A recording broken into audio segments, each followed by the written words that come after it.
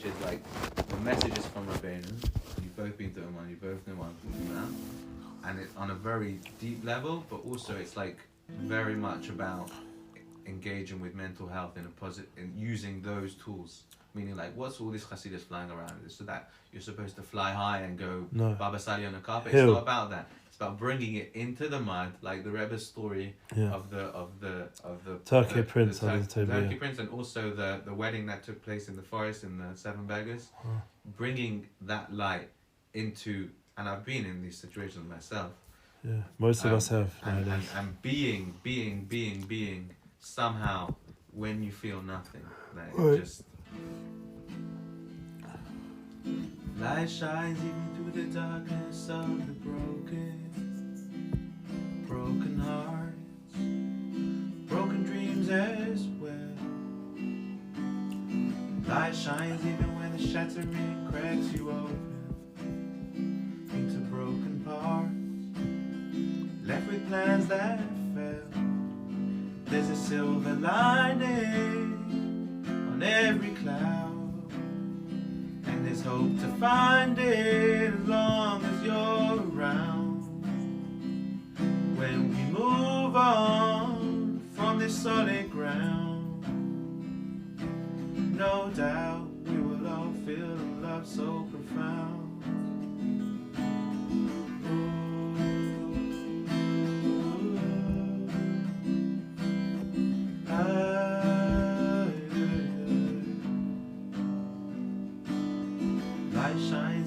Scattering of connection. If you're in the dark and you don't know how to move on, don't even know in which direction, left with confusion, anxiety and doubts, there's a silver lining on every cloud, and there's hope to find it as long as you're around. When we move on from this solid ground, no doubt we will all feel a love so profound. Ah, yeah. Ah, yeah. Ah, yeah.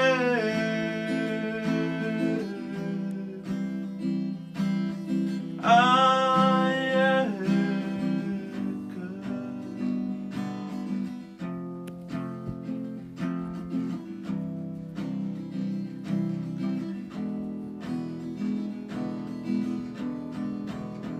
There's a silver lining on every cloud, and there's hope to find it as long as you're around.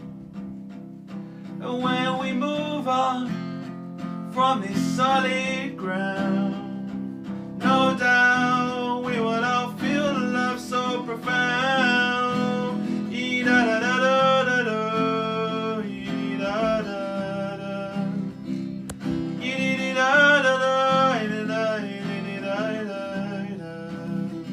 e-da-da-da,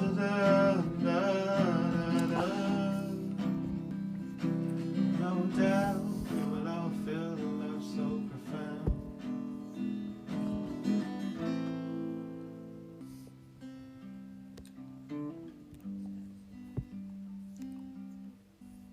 Beautiful. Man, amazing, man. Yeah. That was amazing. Yeah, really powerful. Yeah, man. So we gotta do more work. You know, there's a lot to do because it's not been made an easy path. It's not like there's. Yeah, you guys should. But you know that means we all need you guys. That's a simon that that's the truth that it, because there's not like some big money guy just making it all happen, and that's because it's so authentic. It's not going to be that way. Right. You know, come from hard work and Mesiras Nefesh and Amunah and B'tochen and Simcha and real Avodas Hashem, and not just some easy way just to like, you know. Well, it's been. And I'm not saying Hashem, all these other people aren't doing that. I'm sure they are, and they're in their own way, and it's that you know, I'm happy for people that are doing well in the music world. But I feel like there's so much real music that needs to be generated in the right way, in the right setting, and like you're one of those guys that I feel it's like you have to keep doing it somehow.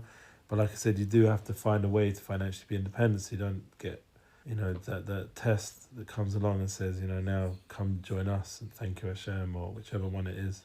Whichever organisation will come along and say, yeah, just not sell yourself, but like basically go on a different path from what we're talking about and what you're doing.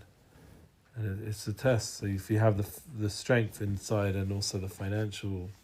Didn't you say Nissim Black does less of his like real stuff? Yeah, but he's gone on a different path completely because he's got into the whole podcast space, getting involved with political, Oh, is he? Yeah. But I thought you said he doesn't do such real like hip hop. Because he does more of the like. Yeah, he has gone a bit more Jewishy, but that's because he has become more Jewish. Like he's, in terms of his culture and who he is, he's become more part of the community, and so it does part of his journey as well. I don't think it's not being authentic. I think it's him trying to be the most, real to his journey, that he's part of the Jewish scene and he's part of his family. He's thinking of his kids, thinking of the future, Right.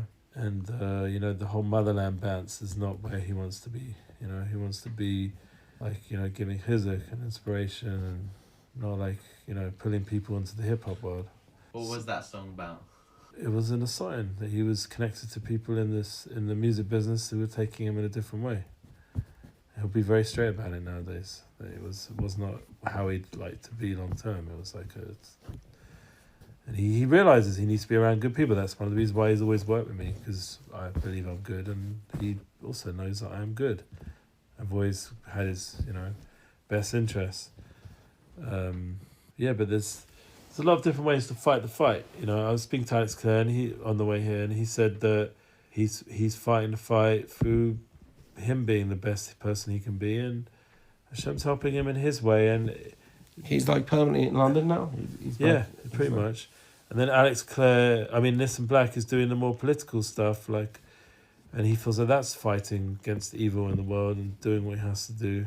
He's pretty good at it. I've been watching his podcast. He's pretty good at reacting to all this nonsense out online.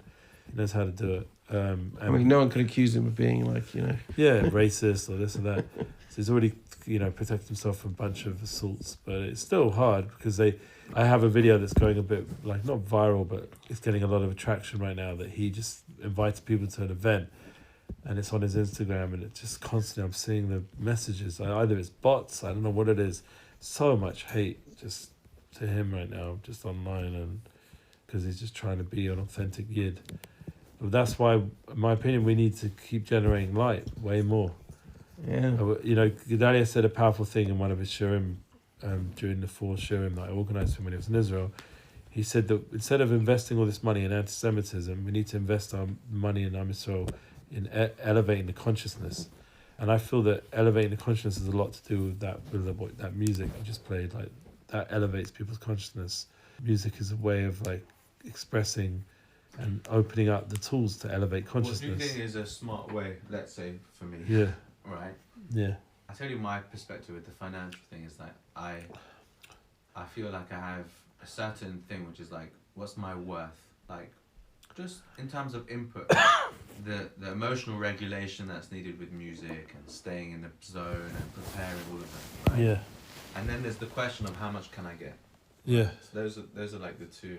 I mean, there's no reason why someone can't get paid $5,000 to do a show. There's no reason, because people do it, pay it, and do it all the time. My question is like this. But that's still, as time's going on, that's actually not that much, because I don't know, everything just seems to get more and more expensive. If that's all in, and then you're flying, so then you don't actually have that much. Right. So whereas if you get it 5,000 plus flights aboard, but that means you have to pay for these expensive flights. Do you have any connections to Chabad in Europe and stuff like that? Yeah. I've done stuff everywhere. I feel like, first of all, Chabad is an amazing network. What I've seen for myself is Chabad is a network. Number 2, they're willing to pay for music because they value it. They do. So I do my Sheva Brochus gigs, which I do very Kalbachi, staying authentic to myself. I play a lot of my own nigunim. I have a video on my nigunim, but I play a lot of nigunim as well, and a lot of Kalbach, Eitan Katz, Zusha, that kind of thing. And that to me is it's nice because you're being with some people, and it's fairly consistent because people are always getting married and stuff Right, like that, right. And then there's the more what I would call like batch shows. So you have an organization. So one time it was Clubhouse, one time it was Yaakov Klein, Elecha, couple of Chabad things. And that's an opportunity, but I feel like I don't know enough of those people. Yeah, that whole scene I feel like they're looking for what I have to offer. Yeah, they are, and I could probably put your name in front of them. So that's something I could do to help you. My company's Unity Bookings, and what I do is if you send me a lead, I'll do the booking for you, and I'll take 10%. And if I send you the lead, then I get 15%, because it's like a way of, because I'm bringing you my contacts. Generally, that's worked, and if you want me to be like a tour manager, then it goes up to 20%, and maybe there's some, I need to have other costs covered as well, like flights, this, that. But generally, I don't try not to do so much tour managing. I haven't really done it for a while. So, because I just prefer living my life without having to be on the road, and I can run all these tours without being there in person generally, unless it's in Israel, and then I'll usually come. Where are most of your bookings? America? Jericho, he's very good. He's a very talented person. I mean, I've known Yaniv for a long time before he became Jericho. Like, I remember when he was with Shlomo Gason, and they had a band called Judah Blue. Yeah.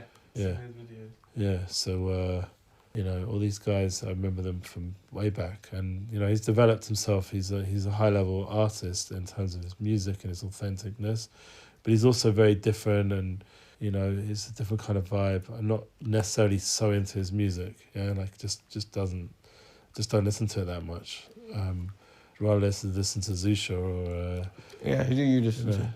Listen to Zusha. Listen to my wife. I mean, we're Shlomo Katz is very close with Hanan Ben-Ari, so we've had a bunch of Farbrengens with him, like just him in the room, and it's very powerful. Hanan Ben-Ari is a very powerful guy. I used to listen to a lot of Isha Riba, but it's overdone in the Jewish world, so you sort of lose the feeling towards it. Oh, yeah. It's a shame, because he's so talented, but the way they overdo it, so then you just sort of, I can't bother doing this song again already.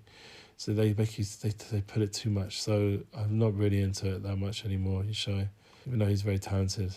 And then non-Jewish music, you don't listen. I told you 21 Pilots, NF, I'll listen to classics, 90s stuff.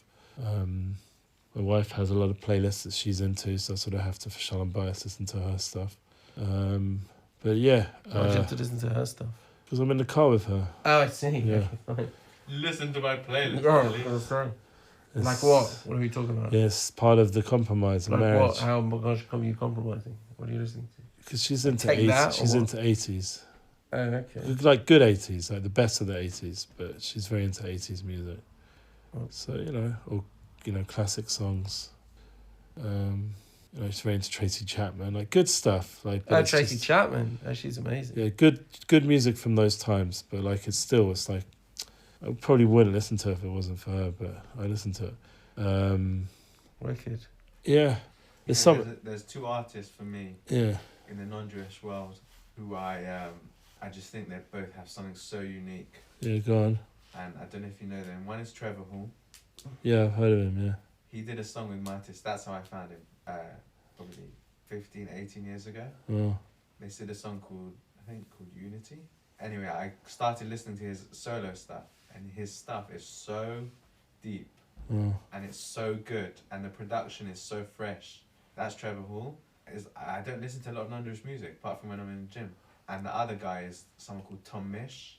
Tom Mish is like this, I don't know how to explain. It's like this neo-soul, white, bluesy kind of soul and funk English guitar songwriter. And he's been on a whole mental health journey. And he took a step back from music because of it. And he's putting out an album now, and he's spoken about how what he had to deal with the expectations, and he's dealt with it in such a healthy way. But his music is so real. He writes songs about like connecting with his dad and like support of his sisters, and like he's not, he's writing about. He's writing real stuff, but the industry doesn't really get it. So he's massive. He is big. He's massive. He's really big. Tom Mish. He's independent. He signed with AWOL. You know what AWOL is? Yeah. Like they're like music distribution, but independent for big art. So he's independent. So that's good. So he does things. He spoke about that in his Instagram post about being on his own terms. taking a step back from the glitz and glamour and whatever, so that he could just work on small projects and do little bits when he was ready, and It's very important. That's a big slow challenge. and steady. Right, and look, it's a lot of content-based stuff as well. You got to present yourself publicly again and again, like you said. There's Instagram posts and this and that.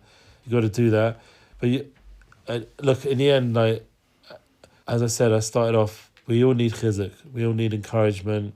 Sure. And as Jews, we have a mission of being all a goyim and bringing a lot of light. Yeah, to the maybe world. it's a part like don't just limit yourself to the Jewish world. Yeah, that's why I feel like that's also that song. Why wouldn't that like song Alex be Clare like- made a decision not to do non-Jewish music, but he could elevate so many people with his music. And I'm not trying to fight with him about it because it's his decision, and I would have to respect people's choices, what they do with their art. I'm not trying to tell other people what to do. Like same with Akev, I used to talk to Gabriel all the time about him going out and just changing the world with his music, and he just wasn't. He just said, "No, I'm happy to just produce and just." And there's so much of that going on, Yeah. So to get people to really step out and go to bring Mashiach, basically to change the world, and to maintain your standards at the same time, it's a hard space. Like nobody has really done it yet. Yeah. Sounds cool. Sure. So the whole thing of just being able to elevate everything you're doing and keeping it in that holy space, but also trying to make some money out of it. So that's the balance. And Hashem wants us to do this, so He'll give us the ability to do it. And we got to keep davening about it, and we got to keep helping each other. One of the things I've been saying to everyone needs to collaborate more.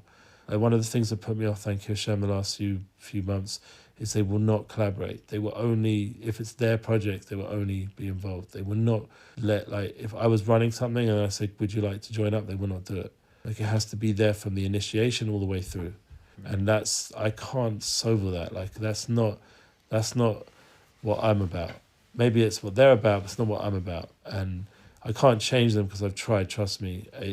And it's a whole reality in the Jewish world where every organization is very into their agenda, their thing, and it limits us all because we can only do so much by ourselves. We all need each other. So trying to get rid of that yeshus, that ego, and just work together in a larger way, I think that would really change the whole experience. That if we would be more a community, like a musical community, and more collaborative, more helping each other rather than just about my own career, that could really change the whole picture. But it's a hard thing because everyone's wanting to get paid, and then they're gonna, well, why are you? Like, a bunch of people recently left don't want to have me represent them anymore. They're each of them. My wife was like, Baruch Hashem, like it's probably better for you that you're not right now because they're quite intense people, whatever it is. Without saying anything not good, they're all good. They're good guys, but she was just like, they've given you a lot of, headache when they haven't really done much together.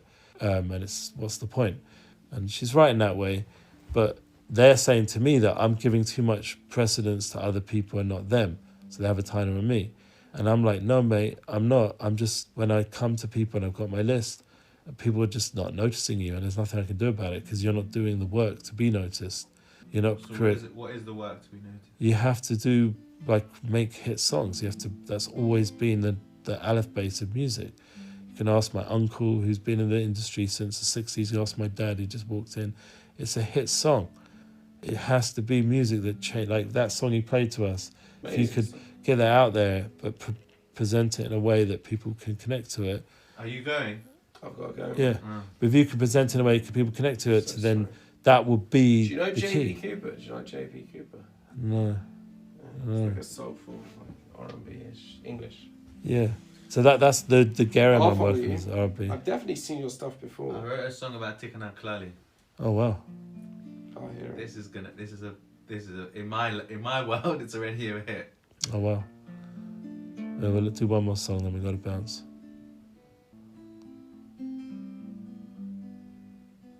רבי נחמן אמר פעם אחת לחסיד על העניין שלו של התיקון הכללי. אני חזק מאוד בכל הדברים שלי, אבל בזה אני חזק ביותר. שאלו 10 כפיתר מועילים מאוד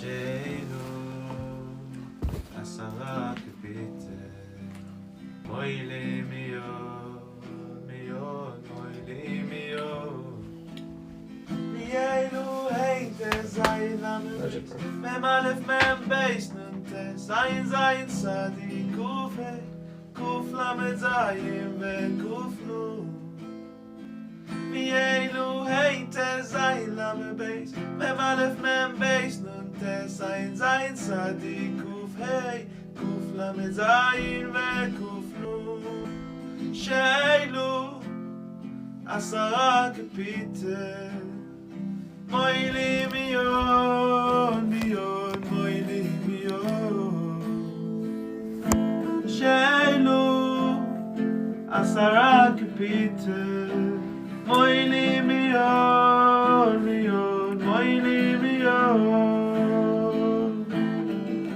ידה דה דה דה דה דה דה ידי דה דה דה דה דה ידי דה דה דה דה ידי דה דה דה מיילו היינטה זיין למבייס מם אלף מם בייס נונטה זיין סדי קוף הי קוף למד זיין וקוף נון אילו היינטה זיין למבייס מם אלף מם בייס נונטה סדי קוף הי קוף למד זיין וקוף נון שאלו עשרה קפיטל מוילי מיוד מוילי מיוד כן אילו עשרה קפיטל מוילי מיוד מוילי מיוד.